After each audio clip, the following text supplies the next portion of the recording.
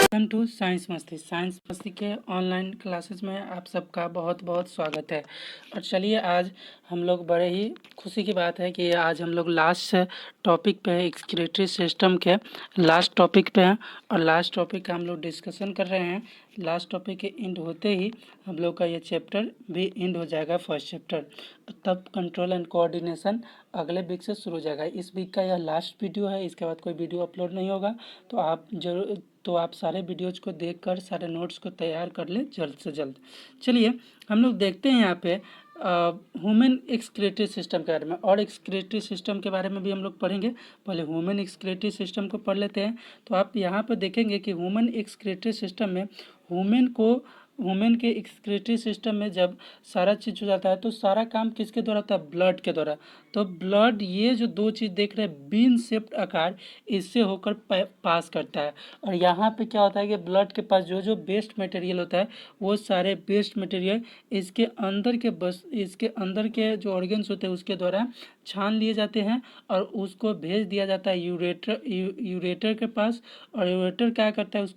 उसको ब्लाडर में जमा कर देता है और सारा जो यूरिन होता है उसके बाद यूरेथ्रा द्वारा बाहर निकल जाता है। तो ये काम होता है ह्यूमन में। तो इसका मतलब ह्यूमन में सबसे एक्सक्रीटरी सिस्टम में सबसे ज़रूरी जो चीज़ है वो है किडनी के बारे में समझना।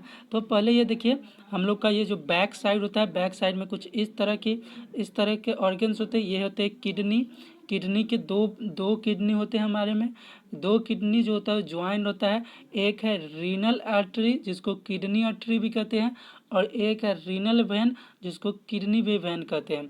एक चीज़ ध्यान यहीं पे देने का चीज़ है कि जो किडनी को जो आर्टरी या आर्ट्रियोल, जो आर्टरी या आर्ट्रियोल भी उसको कहा जाता है किडनी के मामले में, वो ब्लड देगा, वो कहलाएगा। जो ब्लड उस यहाँ किडनी तक पहुँचाएगा, जो ब्लड किडनी तक पहुँचाएगा वो कहलाएगा इफरेंट आर्ट्रियोल। और जो किडनी से ब्लड को लेगा वो कहलाएगा अफरेंट आर्ट्रियोल। तो इफरेंट आर्ट्रियोल मतलब जो किडनी से किडनी को ब्लड देगा वो इफरेंट आर्ट्रियोल, और जो किडनी से ब्लड लेगा वो एफरेंट आर्ट्रियोल कहलाएगा। दूसरा चीज़ है, यहाँ पर हम लोग देख रहे हैं एक चीज़, यहाँ पर हम लोग देख रहे हैं क्या चीज़ कि कुछ चीज़ यहाँ पर देख लेते हैं हम लोग। किडनी समझ के हम लोगों ने यहाँ अब आता है ये यूरेट्रा होता है जो किडनी द्वारा जो ब्लड को प्यूरिफाई किया जाता है। उसके बाद जो जो चीज़ बचता है वो इसी के द्वारा यहाँ ब्लाडर में जमा होता है, और ब्लाडर में जमा होकर यह यूरिन के रूप में जमा हो जाता है, जिसमें यूरिन और वाटर होता है, ज़्यादा यूरिन और वाटर रहता है। इसके बाद यहाँ पे हमारा ये ऑर्गन होता है जो कि मसल्स कंट्रोलिंग करता है, और यही फ्लो ऑफ यूरिन करता है। इसके बारे में आप समझ सकते हैं अच्छे से। चलिए, तो हमने समझा कि हम लोगों में एक्सक्रीटरी सिस्टम के लिए दो ऑर्गन रहता है, चूँकि ब्लड का ही सारा काम ट्रांसपोर्टेशन का होता है। तो इससे होकर ब्लड जाती है और ब्लड यहाँ पे प्यूरिफाई होता है। जो एक्सक्रीटरी सबस्टांसेस होते हैं वो सारे एक्सक्रीटरी सबस्टांस इनको मिल जाते हैं, और वो सारे एक्सक्रीटरी जो सबस्टांस होते हैं इसके द्वारा ले लिए जाते हैं।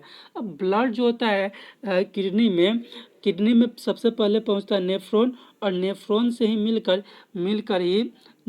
मिलकर ही एक किडनी का निर्माण हुआ था। इसलिए नेफ्रॉन को फंक्शनल यूनिट भी कहा जाता है। नेफ्रॉन में फिल्टरिंग यूनिट्स होते हैं जो कि फिल्टर करता है ब्लड को, उसका नाम होता है ग्लोमेरुलस। और ग्लोमेरुलस में ही ब्लड का फिल्ट्रेशन होता है। उसमें बायमोन्स कैप्सूल होता है। बायमोन्स कैप्सूल क्या चीज़ होता है? बायमोन्स कैप्सूल एक ऐसा ऑर्गन होता है जिसमें प्रोटीन होता है, और ये सब मिलकर ब्लड का प्यूरिफिकेशन में मदद करते हैं।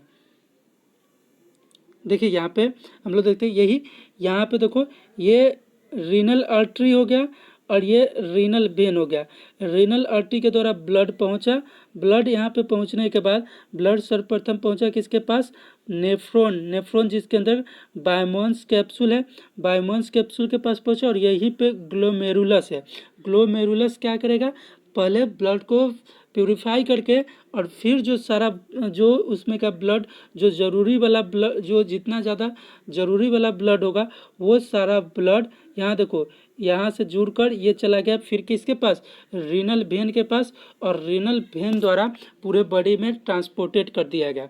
और जो यूरिन बचा वो यूरिन इस रात से होते हुए पहुंच गया यहाँ पे यूरिन कलेक्टिंग डक्ट में, और यहाँ पर यूरेट्रा के पास पहुंचा और यहाँ पे सारा यूरिन जमा होकर फिर हमारा जो मसल होता है जो कि कॉन्ट्रैक्टिंग मसल होता है, उससे जब भी बाहर निकालना होता है यूरिन को तो हम निकाल सकते हैं। तो वो चीज़ होता है, ये पूरा फंक्शन होता है आपका किडनी का। इस विधि से भी आप समझ सकते हैं कि कैसे होता है। चलिए अब ये क्या चीज़ है सो समझो। ये जो है क्या होता है कि कभी कभी चोट लगने से या कुछ इन्फेक्शन होने से या जनरली बहुत सारे ऐसे कंडीशन होते हैं जब किडनी आपका काम करना बंद कर दे, तो किडनी काम करना बंद कर दे तो आप दूसरे का किडनी को ट्रांसप्लांट कर सकते हैं। तो यही किडनी को इसी प्रकार ट्रांसप्लांट किया जाता है हमारे बॉडी के अंदर। ये दूसरा प्रोसेस है। अगर आपका किडनी खराब हो गया तो आप क्या कर सकते हैं, आप एक काम कर सकते हैं कि आप हीमोडायलिसिस के द्वारा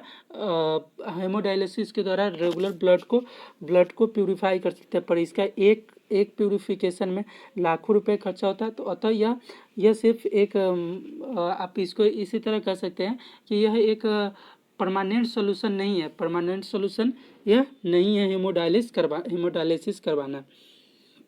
चलिए अब हम लोग टॉपिक्स को समझ लेते हैं।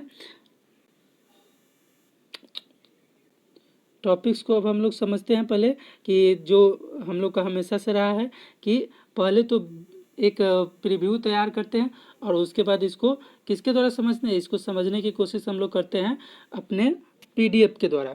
The process of removal of toxic wastage from the body of an organism is called excretion. जो ऐसा प्रोसेस जिसमें टॉक्सिक वेस्टेज को रिमूव किया जाता है अपने ऑर्गेनिज्म द्वारा, वो प्रोसेस एक्सक्रिएशन कहलाता है। वो प्रोसेस क्या कहलाता है, वो प्रोसेस हम लोग का एक्सक्रीशन कहलाता है। और जैसा कि हमेशा से रहा है, मैंने रेस्पिरेशन पढ़ाया तो एनिमल्स के रेस्पिरेशन पढ़ाया। हर वो टॉपिक्स देखो 4 टॉपिक्स आपने पढ़ाए एक चैप्टर में, ऐसे कहीं भी नहीं हुआ होगा। आप देखेंगे पहले तो आपने पढ़ा लाइफ प्रोसेस के अंतर्गत आपने पढ़ा किसके बारे में, आपने पढ़ा न्यूट्रिशन के बारे में, न्यूट्रिशन में भी सब के बारे में पढ़ा, ट्रांसपोर्टेशन पढ़ा, रेस्पिरेशन पढ़ा, एक्सक्रिएशन पढ़ा। गलत सही जो भी आपको जो समझ में आया हो, बहुत ज़बरदस्त चीज़ मैंने समझाने की कोशिश आप लोगों के लिए किया है। चलिए एक्सक्रिएशन क्या चीज़ है कि टॉक्सिक सब्सटेंसेस को अपने शरीर से बाहर निकालने की प्रोसेस को ही हम लोग क्या कहते हैं, एक्सक्रिएशन कहते हैं। The removal of toxic wastage is called excretion.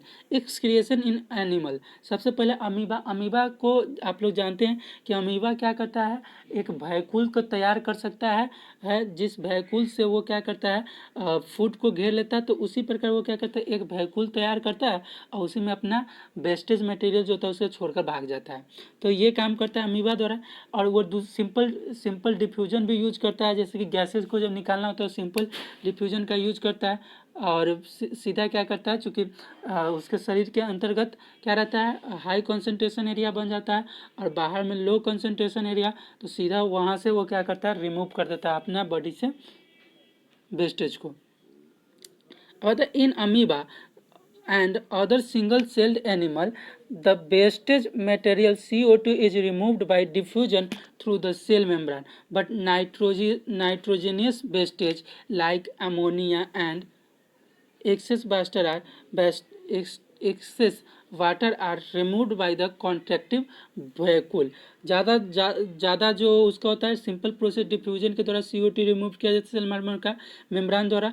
लेकिन नाइट्रोजन वेस्टेज जो होता है जैसे कि अमोनिया है या एक्सेस वास्ट है, तो वो सब किसके द्वारा रिमूव होता है, तो वो रिमूव होता है कॉन्ट्रैक्टाइल वैक्यूल के द्वारा।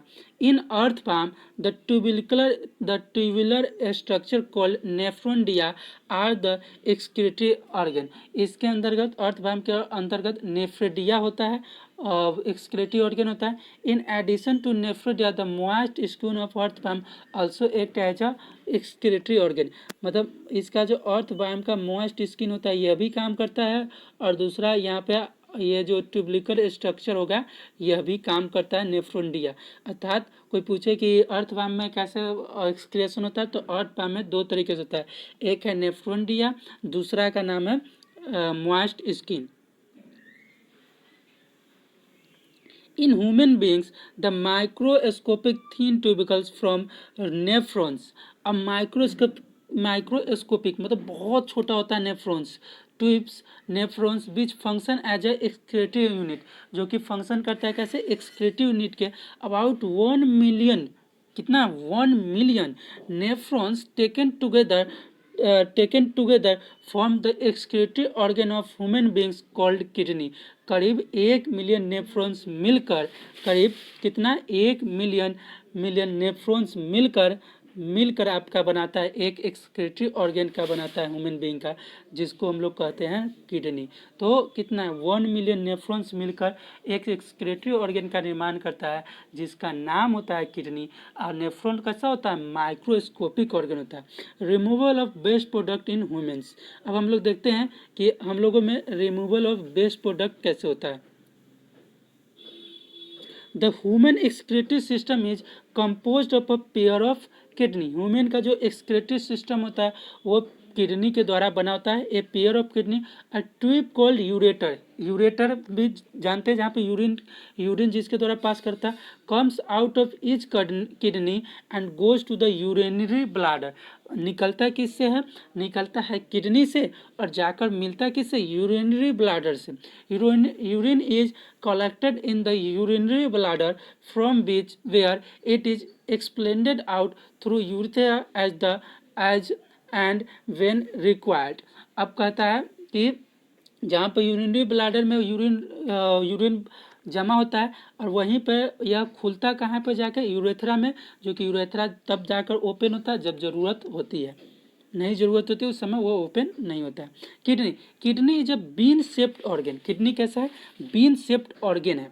Lies near the vertebral column in the abdominal cavity. Abdominal cavity के बारे में आप लोगों ने पढ़ा था, जो हम लोग का रीढ़ की हड्डी का जो कैविटी था वो कैविटी क्या कहलाता है, एब्डोमिनल कैविटी कहलाता है। The kidney is compose of many filtering units. Kidney क्या होता है, मेनी फिल्टरिंग यूनिट से मिलकर बना होता है, और मेनी फिल्टरिंग यूनिट जो होता है उसी को नेफ्रॉन कहते हैं, called nephrons. Nephron is called the functional unit of kidney. Nephron क्या कहलाता है, फंक्शनल यूनिट ऑफ किडनी भी कहलाता है। Nephron, it is composed of a tangent mesh of tube and a filtered part called glomerulus. ये किससे बना होता है, एक टेंगल्ड मेश ऑफ ट्यूब्स से मिलकर बना होता है जिसका नाम है glomerulus. Glomerulus is a network of blood capillaries. ओहो, ये क्या होता है, ब्लड कैपिलरीज का मिलकर एक नेटवर्क तैयार हो रहता है जिसको ग्लेमेरुलस कहते हैं। Capillaries to which renal artery, और तुमको मालूम है कि रीनल आर्टरी से क्या मिल रहा था, रीनल आर्टरी से किडनी को ब्लड मिल रहा था। Is attached the artery. अब देखो यहाँ पे बात यहीं पे आ गया, the artery which take plus the artery which take blood to the glomerulus is called afferent artery। ऐसा आर्टरी जो कि ब्लड लेता है ग्लोमेरुलस से वो कहलाता है कौन चीज, एफरेंट आर्टरियल, और जो देता है उसको वो कहलाता है कौन चीज, इफरेंट आर्टियोल। क्या कहलाता है, इफरेंट आर्टियोल कहता है। Glomerulus is enclosed in a capsule, और ग्लोमेरुलस किसके अंतर्गत बंद रहता है, एक कैप्सूल के अंतर्गत बंद रहता है जिसको हम लोग कहते हैं बाउमन्स कैप्सूल। ग्लोमेरुलस किसके अंतर्गत होता है, बंद, बाउमन्स कैप्सूल। अर्थात एक चीज तो हमको मालूम चल रहा है सर कि आप बताना क्या चाहें कि एक्सक्रीटरी जो ऑर्गन है हम लोग का वो बना किस चीज से, किडनी से। किडनी के बाद यूरेट्रा से, यूरेट्रा में क्या चीज़ है, यूरिन ब्लाडर है, यूरिन ब्लाडर है जहाँ पर जाकर यूरिन जमा हुआ, और यूरेथ्रा है जिससे यूरिन बाहर निकल जाएगा, अर्थात वेस्टेज मटेरियल उससे बाहर निकल गया। और एक चीज़ आपने क्या बताया सर कि किडनी में अब क्या क्या चीज़ है, तो किडनी माइक्रोस्कोपिक थिंग से मिलकर बना, अर्थात माइक्रोस्कोपिक थिंग से मिलकर बना, तो इसका मतलब हो गया कि किडनी बना हुआ किस चीज़ से है। अच्छा, तो आपने जो बताया कि मतलब किडनी क्या चीज़ से बना था, तो किडनी जो था उस किडनी में रीनल आर्टरी था जो किडनी को ब्लड पहुंचा रहा था, तो जिससे किडनी को ब्लड पहुंचा उस आर्टरी का नाम आपने हमने दे दिया, जिससे ब्लड पहुंचा उसका नाम हमने दे दिया इफरेंट आर्टियल। और जिसने किडनी से ब्लड लिया, मतलब किडनी से ब्लड लिया, अर्थात किडनी में से जब ये ब्लड जो ब्लड लेगा तो वो ब्लड जो लेगा वो कहलाएगा एफरेंट आर्टियल, अर्थात गंदा ब्लड दिया, डर्टी ब्लड दिया और अच्छा ब्लड लिया, तो डर्टी ब्लड देने का, डर्टी ब्लड जो देगा उसका नाम इफरेंट, और जो अच्छा ब्लड लेकर बाहर निकलेगा वो आर्टरी का नाम होगा एफरेंट आर्टियल। अब दूसरा चीज़ है कि बहुत सारे नेफ्रॉन्स से मिलकर बना होता है, और नेफ्रॉन्स क्या चीज़ होता है, नेफ्रॉन्स से मिलकर बना होता है, माइक्रोस्कोप से उसको देख सकते हो, नेफ्रॉन्स इतना छोटा होता है। और नेफ्रॉन्स जो होता है वो नेफ्रॉन्स ग्लोमेरुलस से मिलकर बनता है, और ग्लोमेरुलस के चारों ओर एक संरचना होती है जो उसको सेफ्टी के लिए होता है, वो होता है बाउमन्स कैप्सूल होता है। ओहो, अब दिमाग में आ गया बात कि मतलब कि किडनी में क्या क्या चीज़ था। किडनी में सबसे पहले तो किडनी के पास रीनल आर्टरी का, रीनल वेन है, यूरेट्रा है, यूरेटर के पास यूरिन ब्लाडर है, और तब उसके पास यूरेथ्रा था। किडनी के पास क्या क्या था कि रीनल आर्टरी से ब्लड जा रहा था, वो भी दो तरह के आर्टरी उसमें है, एक है जो ब्लड देगा किडनी में, तो ब्लड दिया तो वो कहलाएगा इफरेंट, और एक है कि ब्लड लेगा तो एफरेंट। उसके बाद किडनी बना हुआ किससे, तो किडनी बना हुआ नेफ्रॉन से है। नेफ्रॉन में बहुत सारे फिल्टरिंग यूनिट है जिसका नाम हो गया ग्लोमेरुलस, और ग्लोमेरुलस क्या चीज़ कर रहा है, ग्लैमरस भी घिरा हुआ है, अपना बंधा हुआ है किससे, चारों ओर से, तो वो है आपका क्या चीज़, वो है आपका बाउमेंस कैप्सूल। सर अब समझ में आ गया बात, अब यहाँ तक थोड़ा सा समझ में आया। Glomerulus is included in a capsule like proteins called Bowman's capsule, तो वो जिससे क्लोज्ड रहता है उसका नाम है Bowman's capsule. The Bowman's capsule extend into a fine tube which is highly coiled tubes. अब ट्यूब से भी घिरा हुआ था, वो भी देखे थे हमने उसमें, ठीक है। और ये क्या कहता है, tubes form various nephrons converge into collecting duct which finally goes to the ureter. अब जो होता है कि वही ट्यूब्स के पास क्या होता है, बहुत सारा नेफ्रॉन्स बनता है, जो कि नेफ्रॉन्स फाइनली यूरेटर के पास जाकर वहाँ तक पहुँचा रहता है। अब चलो, अब हम लोग पढ़ते हैं सर, ये तो हम समझ गए कि हाँ ऐसे ऐसे बना। अब फिल्ट्रेशन इन ग्लोमेरुलस क्या चीज़ है, कि ग्लोमेरुलस में फिल्ट्रेशन कैसे होगा। Filtration happens because of very high pressure inside the glomerulus. Glomerulus के अंतर्गत बहुत ज़्यादा हाई प्रेशर होता है, और इसी हाई प्रेशर के कारण वहाँ पे फिल्ट्रेशन होता है।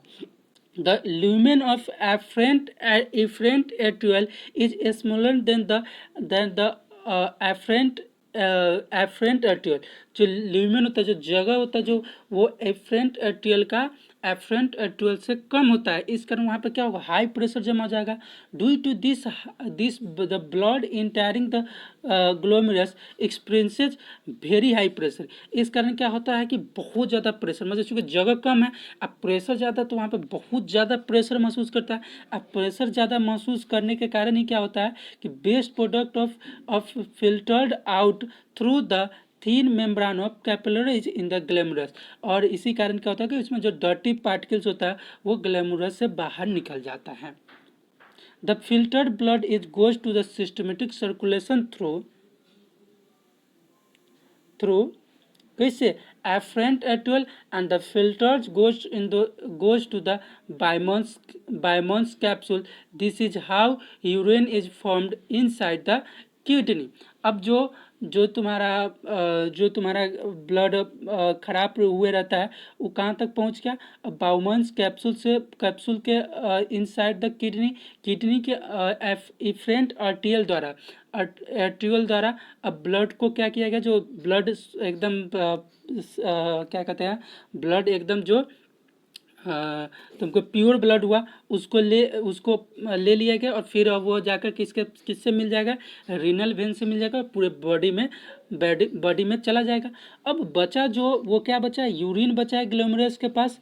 अब देखो reabsorption of water and some other filters take place in the tubular part of the nephron.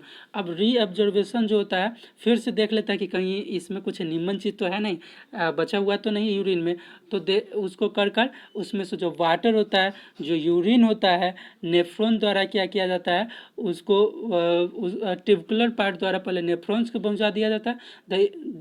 This increase the contraction of urine, और इससे यूरिन का क्या होता है, वहाँ पे मात्रा बढ़ जाता है कि जो भी बचता है, जो पहले से तो था ही, अब जो बचा हुआ भी था उसको भी क्या किया गया, पहुँचा दिया गया।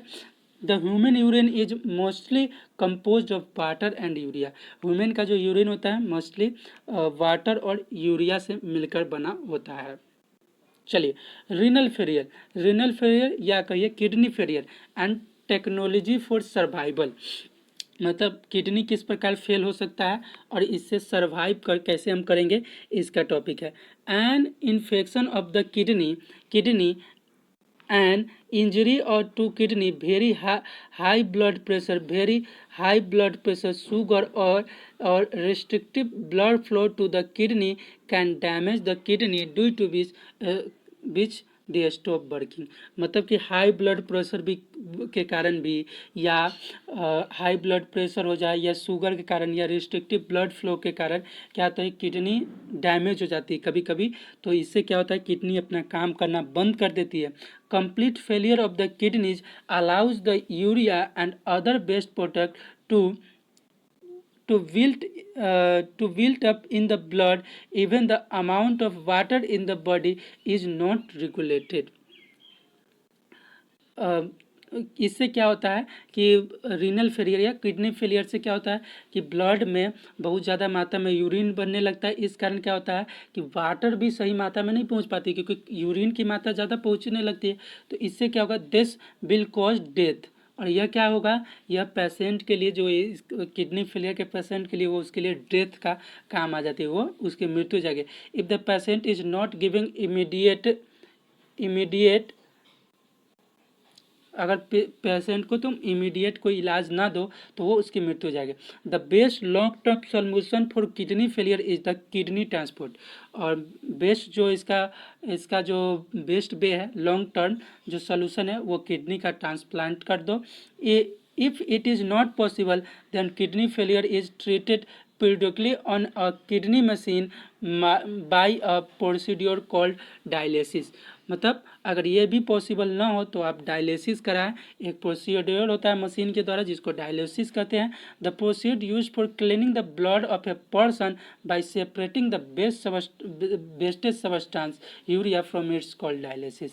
बेस्ट सबस्टांस को क्लीनिंग करने की प्रोसेस को ही हम लोग क्या कहते हैं, हम लोग कहते हैं उसको हम लोग कहते हैं क्या चीज़ उसको कहते हैं, तो उसको कहते हैं हम लोग डायलिसिस। चलिए, तो इस तरह से आज बहुत खुशी की बात है कि हम लोगों ने आखिर पूरा चैप्टर इन कर ही दिया। मैं पूरे चैप्टर का एक PDF तैयार करता हूँ, कोशिश करता हूँ। उसको तैयार करने का बहुत समय लगा उसको करने में, पर मैं कोशिश करता हूँ उसको करने का, और 4 पार्ट में भी मैं इसको बनाता हूँ।